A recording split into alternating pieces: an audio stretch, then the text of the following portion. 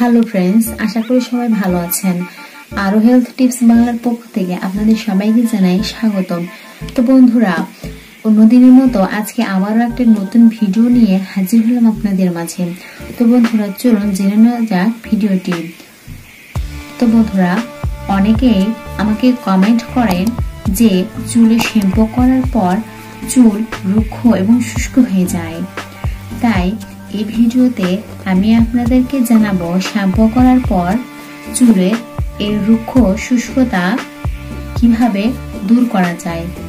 পাশাপাশি চুলকে করে তোলা যায় আরো বেশি ঝলমলে, নরম ও কোমল, এবং এইভাবে ব্যবহার করলে আপনার মাথার ত্বক থেকে খুশকিও দূর হয়ে যাবে।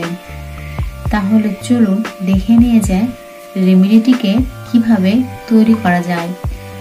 এর জন্য আমি একটি পাত্রের মধ্যে আপনার পছন্দ বা প্রয়োজন অনুযায়ী শ্যাম্পু নিয়ে নিন। তো বন্ধুরা, এখানে আমি নিয়ে নিচ্ছি 1 চামচ শ্যাম্পু।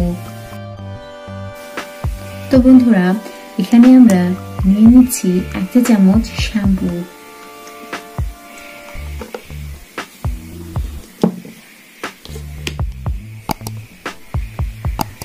তারপর এর মধ্যে অ্যাড করব মধু।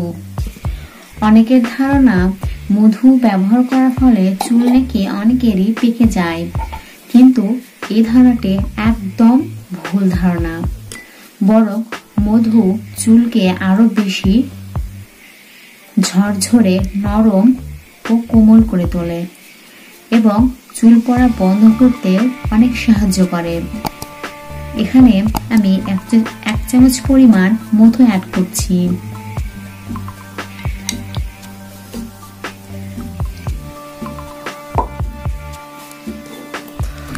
এবার এই দুটোকে মিক্স করে নিন। তো বন্ধুরা, মিক্স করে নেওয়ার পর এর সাহায্যে আপনারা চুলে শ্যাম্পু করুন। এটা চুলের জন্য অনেক উপকারী হবে এবং চুল পড়া বন্ধ করতেও অনেকটাই সাহায্য করবে।